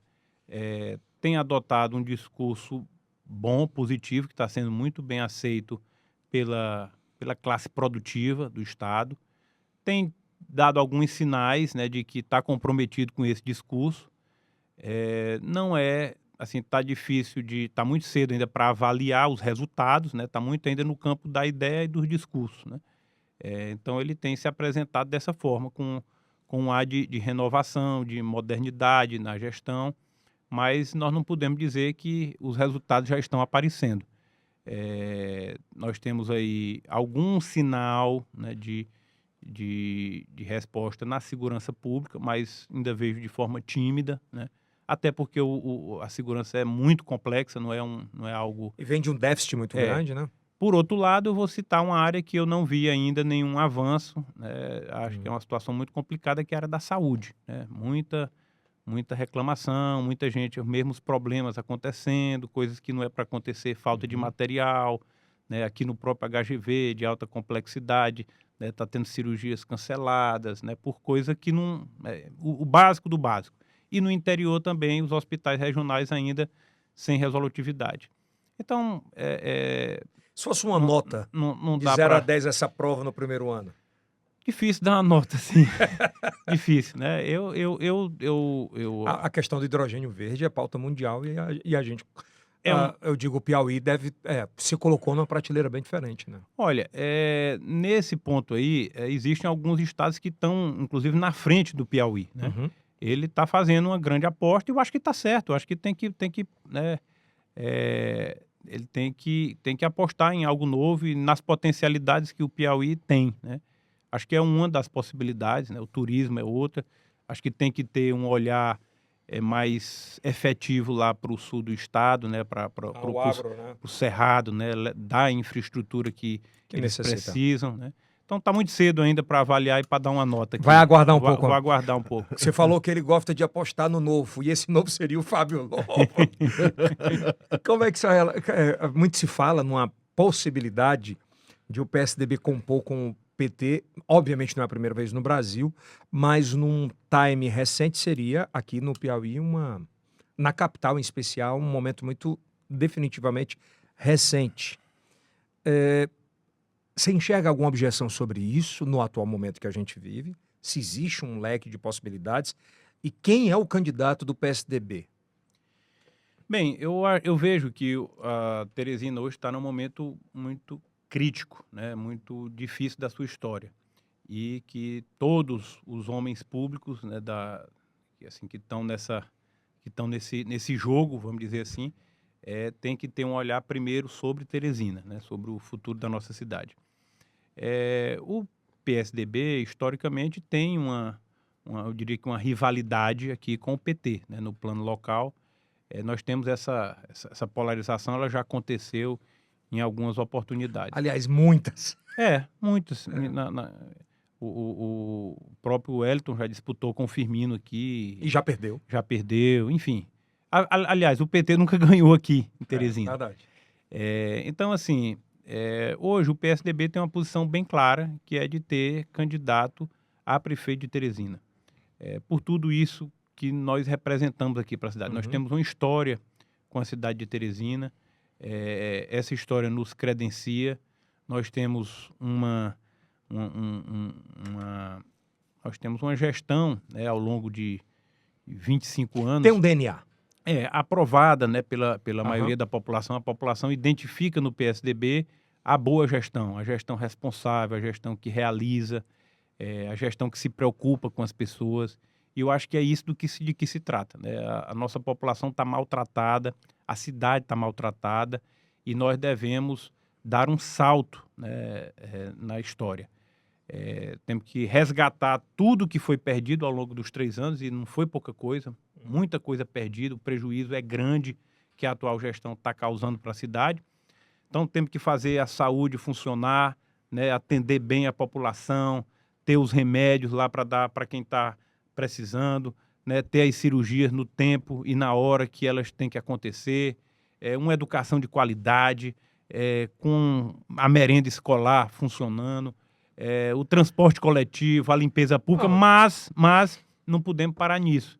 Nós temos que preparar a cidade para o futuro, fazer Teresina de uma cidade moderna, uma cidade com inclusão digital, né, as pessoas podendo usufruir dos serviços públicos na saúde, né, marcar sua consulta, agendar a sua cirurgia pelo celular, dentro da sua casa, o transporte coletivo, saber que horas que o ônibus vai passar, a educação, acompanhar a evolução, né, do seu filho também. tem que ter uma preocupação com o meio ambiente, né? Nós estamos vendo aí as mudanças climáticas, a questão da mobilidade urbana, enfim. Eu compreendo tudo isso. E é uma pauta interessante, mas a pergunta é: existe ou poderá existir uma composição? Eu pergunto por quê.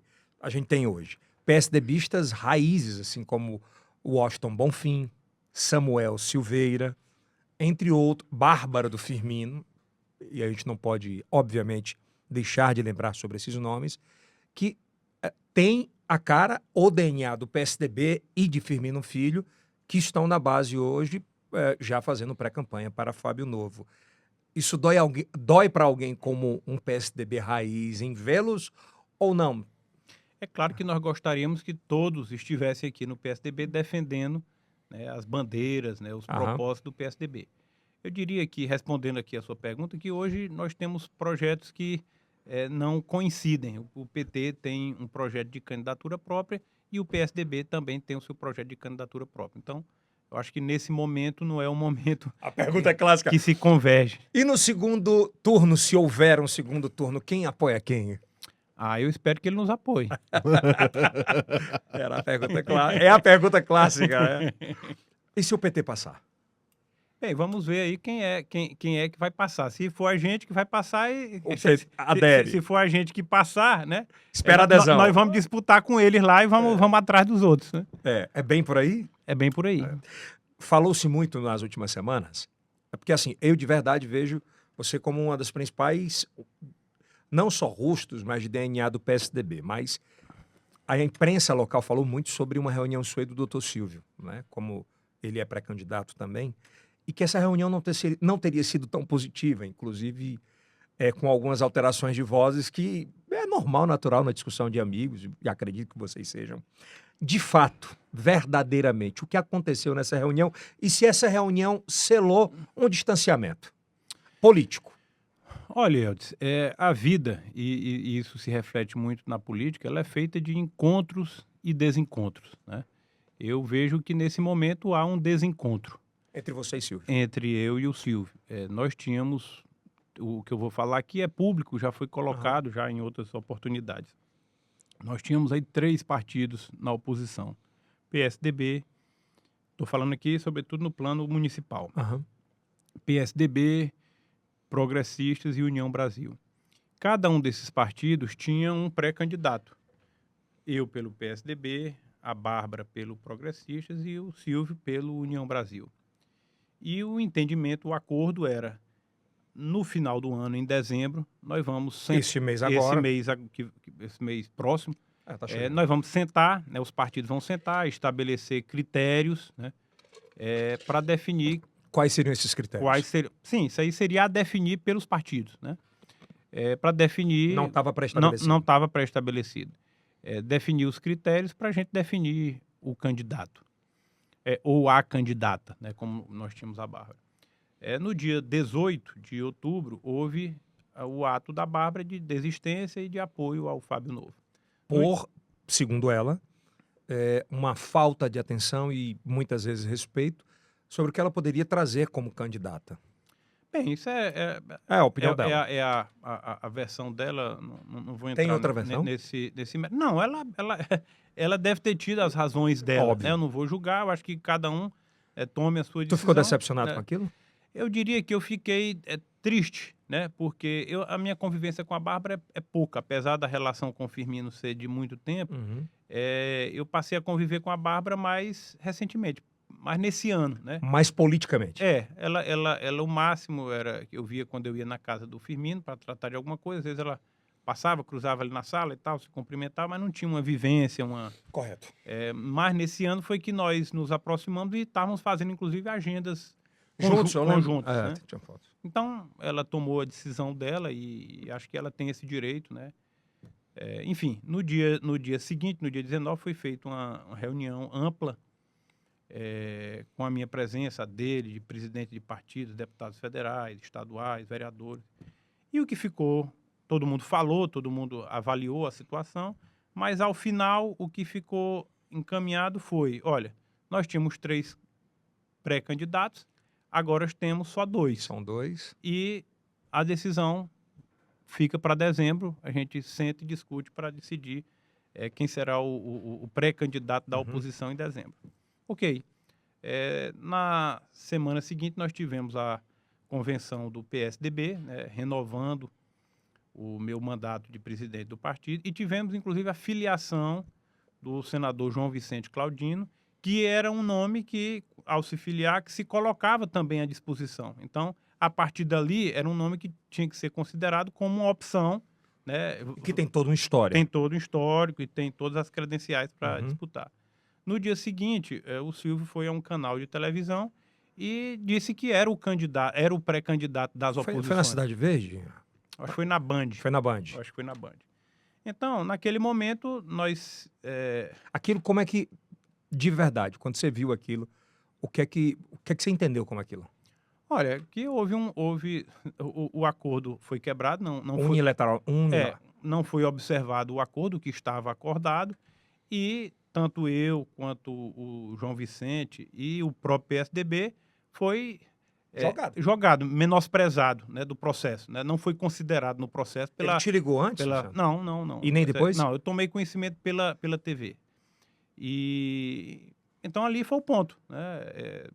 No dia seguinte eu comuniquei, fui aos presidentes dos dois partidos, né, do União Brasil e do Progressistas, o Marcos Elzo e o Joel, e comuniquei o fato. Olha, nós tínhamos um acordo, esse acordo não foi observado, então a partir de agora... Não existe mais acordo. O PSDB segue a sua linha própria e vocês... E aí vocês se encontraram na semana... Acho que foi semana passada ou...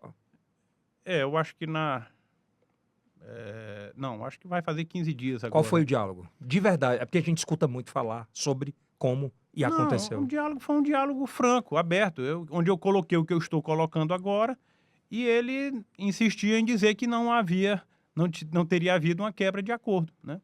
Teve alterações durante a conversa? Não, às vezes você tá, né, tanto ele quanto eu, não temos temperamento assim de ficar subindo muita voz ou de...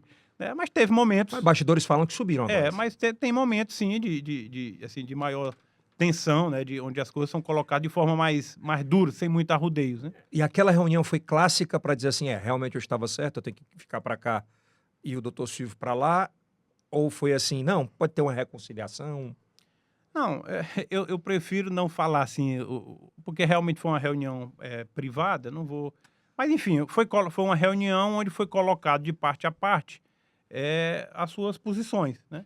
E a coisa, quer dizer... Caminhos diferentes? Se esperava um encaminhamento de aproximação e de reconciliação, não houve gestos nesse sentido, portanto, o PSDB segue o seu ritmo normal, o seu projeto de pré-candidatura própria. O meu nome é um nome que está posto, né, desde o início do ano. O nome do senador João Vicente também é um nome que se colocou e ele tem toda a legitimidade. E nós vamos perseguir a candidatura própria, fortalecer o projeto do PSDB para apresentar uma alternativa. O senhor tem alguma dúvida que, tanto se for cabeça de chapa ou de vice, esses nomes passam por você e pelo JVC? Eu acredito que nós devemos definir esse nome, mas tanto eu como o João Vicente, ou até outro que possa surgir, né, mas dentro não tem do próprio... agora. Sim, temos tempo, mas nós temos tempo. Olha, as convenções podem acontecer, assim, o prazo é final de julho até começo de agosto. Então tem muito tempo. Nós estamos falando aqui ainda muito na base da suposição. No achismo, né? No achismo. Eu não sei nem se o quadro que está posto aí é o que vai se manter. Mas você diria nunca uma aliança com o PT em Teresina? E, Eldson, hoje o projeto do PSDB não é compatível com o do PSDB. O do PSDB não é compatível com o do PT.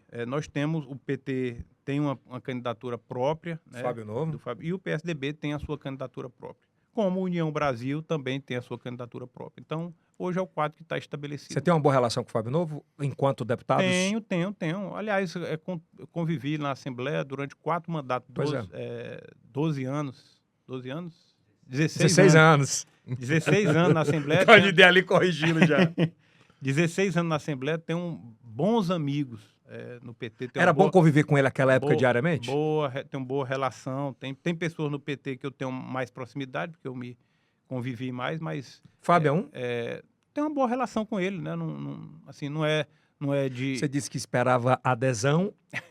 Seria bom trabalhar com ele? Não, tem uma boa relação. Olha, eu ao longo desse tempo todo, Yeltsin, Você não construiu muito inimigo.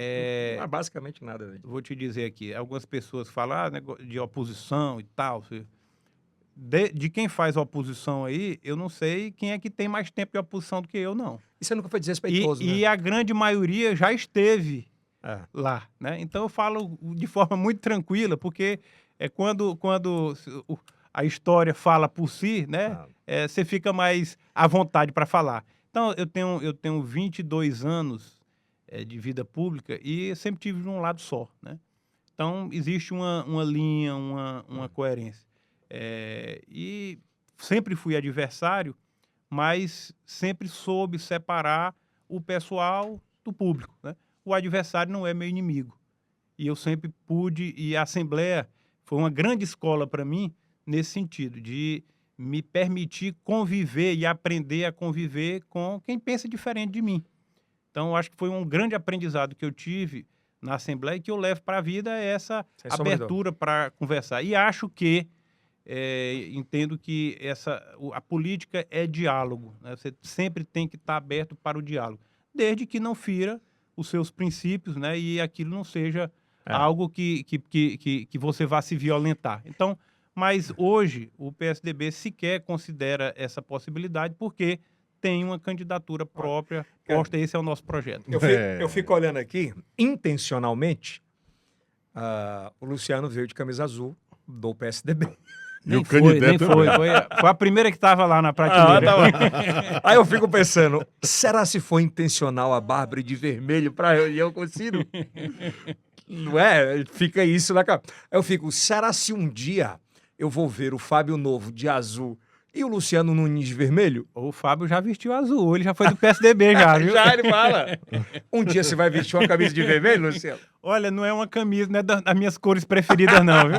Vai lá, atenção, pode encerrar. Luciano, a bandeira da segurança pública tem sido aí pauta em todos os discursos na política, mas eu tenho andado em Teresina, principalmente nos últimos dias ou meses, na zona rural de Teresina. E esse movimento da agricultura familiar tem se profissionalizado muito pelo discurso do governador, mas essa questão de se profissionalizar para vender para os supermercados, toda essa produção que agora os supermercados pretendem comprar. Começam a comprar já, inclusive. E já começaram a comprar. Seria uma segunda bandeira para quem vai disputar a Prefeitura de Teresina?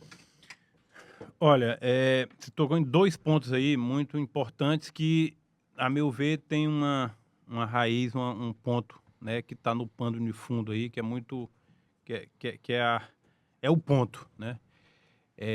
Tanto a questão da segurança quanto a questão da inclusão, né, de quem produz, o estímulo à produção, de gerar emprego e renda, estão no que eu reputo como o maior problema da humanidade, que é a questão da desigualdade social, né? Nós vivemos assim, um fosso absurdo, gigantesco. E todos os nossos problemas têm como causa a desigualdade. No mundo todo. Se você for ver lá o problema migratório lá do pessoal da África indo para a Europa, ali é só desigualdade. Um continente paupérrimo, as pessoas sem ter nem condição de alimentar seus filhos. Eu volto àquilo que você falou no início, a questão, o instinto de sobrevivência. O instinto de sobrevivência. Eu vou passar 60 dias no mar, mas vou tentar sobreviver. Eu vou arriscar, Aí olha para o outro lado do mar, tá lá o continente esbanjando riqueza, na Europa toda. Então, e isso se replica no mundo todo. Nós estamos vendo aqui a crise migratória aqui, nós temos venezuelano aqui. Nos sinais. Por que eles estão aqui? Porque lá eles não estão tendo as condições mínimas. Então, eu acho que o ponto é esse, segurança pública. Você pode botar polícia, você pode botar equipamento, inteligência, você pode fazer o que quiser, o que tiver materialmente à disposição, você vai conseguir diminuir, né? Você vai conseguir melhorar a sensação. Mas acabar nunca, porque na ponta lá é a questão da desigualdade, da falta de oportunidade. O cara que não teve educação, não teve escola. Como é que esse cara vai competir no mercado de trabalho hoje? Como é que ele vai ter condição de gerar a própria renda No dele? mundo de consumismo, Num, você num, vê no Instagram o cara com boné, com tênis, que não sei o quê. num Aí o cara mundo sequer tem emprego consumismo, né, exacerbado. Então, assim, eu acho que qualquer bandeira, a bandeira de qualquer gestor hoje, tem que ser educação. Investir na educação. Porque só a educação vai proporcionar a verdadeira transformação. É claro que nós vamos preparar as gerações futuras. E nós temos que ter um plano para quem já perdeu essa oportunidade, para quem não teve essa oportunidade. Então temos que gerar oportunidade para aqueles que querem produzir, né, que têm disposição para o trabalho, que estão abertos a ser qualificados, requalificados. E a agricultura familiar, a produção agrícola aqui em Teresina é, sem dúvida nenhuma, uma grande oportunidade que está aberta. Porque nós estamos aqui cercados por 2 rios, nós temos o Puti, temos o Parnaíba. Aqui em Teresina chove bem, nós temos terras férteis e nós temos muita gente querendo trabalhar. Então, sem dúvida nenhuma, tanto a agricultura familiar quanto a agricultura mecanizada são um potencial gigantesco, uma grande janela de oportunidades que nós temos aqui em Aí Teresina. o cara vai dizer assim, mas pô, vocês ficaram mais de 20 anos na prefeitura e não deu para fazer isso? Mas foi feito muito. O problema é porque não dá para fazer tudo ao mesmo tempo. E Elton, os problemas, os desafios que se apresentam hoje não serão os de amanhã. E fazer uma autoculpa aqui. Né? O nível de tecnologia que foi avançado, principalmente sobre a agricultura familiar, em termos de modernização, nos últimos 6, 7 anos, ele está bem aquém do que éramos. Não, hoje de um ano para o outro... Da pandemia para cá, né? Tudo mudou muita muito, coisa. né? Mas assim, você olha, por exemplo, no principal, que é a educação de Teresina é a melhor educação das capitais do Brasil. Isso não é pouco, não, isso é muito. E isso é o que vai garantir a transformação verdadeira, né, definitiva, quem vai emancipar as próximas gerações, os jovens, as crianças que estão hoje indo para a escola. E essa transformação, quando fala sobre a educação, e assim eu gosto muito de falar sobre isso, porque a primeira transformação é a que muda o primeiro ciclo familiar, aí desse ciclo familiar ele muda o ciclo da rua, dos amigos, e o cara vai, pô, o cara tá ficando bem sucedido, eu também quero. E é muito por esse... O testemunho arrasta, né? O exemplo arrasta. O exemplo arrasta. E é bem isso. Meu irmão Luciano, obrigado por ter vindo. Acho que é o primeiro bate-papo de muitos. A gente vai ter muito tempo para... E agora, com a chegada das próximas eleições aí, eu acho que hoje o movimento de internet responsável, que não tem legislação sobre isso, você pode convidar quem quer que seja para bater papo, para conversar com uma audiência tão ampla. Eu acho que essa é preponderante o papel de podcasts. Esse movimento tem alcançado outros números, em especial aqui na capital, e a gente fica muito feliz com isso, com o vanguardismo do IELCast, de trazer essa escola para que outras pessoas possam ingressar nisso, mas principalmente dar voz, muitas vezes, o que o analógico não dava, que é a oportunidade para muita gente, representativamente, como o Kilson na Manduladinho, com comunidades da periferia, de trazer a voz da periferia e fazer perguntas importantes. E entre outras situações. Obrigado por você ter participado, espero que você tenha gostado desse bate-papo, que é bem mais eclético, bem mais direto, e que a gente possa bater papos mais vezes aqui. Bem, eu que agradeço a oportunidade, foi super interessante, extremamente agradável, né? Um papo bacana, descontraído, aberto, num espaço novo e que inspira, né, a sua atitude de, não só como profissional liberal, mas como empreendedor, ela inspira milhares, né? Agora com a internet, milhões, né? De piauienses. Não tem mais regra, né? Que isso não tem mais limite. Não tem mais fronteira, né? É do Piauí para o mundo. Do Piauí para o mundo. Milhões de pessoas. Vi aqui, tive a oportunidade de conhecer as suas instalações. Muitas oportunidades que você está gerando para gente nova, gente que está aí chegando, querendo, né, oportunidade, querendo. Então, parabéns não só pelo podcast, pelo programa, mas pela iniciativa e pelas oportunidades que você está gerando. E não só aqui presencialmente, né, mas que você desperta na cabeça das pessoas com programas, com discussões como tem essa. que ter. Todo mundo tem oportunidade hoje. Com a palma do celular você gera conteúdo. Então, gerem conteúdos responsáveis, o que é muito importante relatar. Hoje, internet não é terra de ninguém. Todo mundo tem responsabilidade sobre o que fala, sobre o que posta, do que fala e como age, né, Kilson? É verdade. Eu espero que você tenha sido bem recebido aqui Bem por nós. tratado. Muito bem, muito bem. Depois eu vou fazer o próximo podcast agora com Canidé. A fundação do PSDB. Luciano, obrigado. Boa sorte aí. Obrigado, valeu. Vamos obrigado. ter grandes debates aqui. Espero que você participe no Auditório I. A gente pretende fazer uma série de debates. E esses debates serão especiais e diferentes. Na verdade, a gente, em vez de trazer 2 ou 3, olha que bacana, de a gente fazer 2 ou 3 candidatos de partidos diferentes, a gente vai trazer comunidades diferentes para perguntar. A gente vai trazer a galera da esquerda, a galera da direita, a galera do centro. Eu acho que a pauta é essa, é deixar discutir sobre determinados temas com olhares diferentes, né? Sem dúvida, essa pluralidade, essa diversidade é importante. Acho que é muito bom. Hoje a gente foca muito naquele debate onde tempo 1 minuto, 2, 3, 4, quando na verdade a galera quer ouvir o que cada um quer perguntar. Eu acho que essa que é o bacana.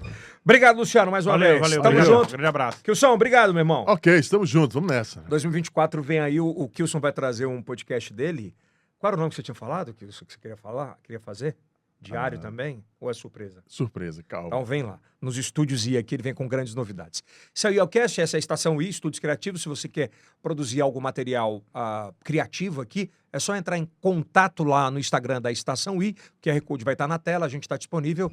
E até a próxima maratona, se está com a família, vale muito a pena, todos os sábados, às 11 da noite, na TV Meu Norte, aliás, no Grupo Meu Norte de Comunicação. Isso aí é o Cast do Piauí. Para o mundo. Até a próxima.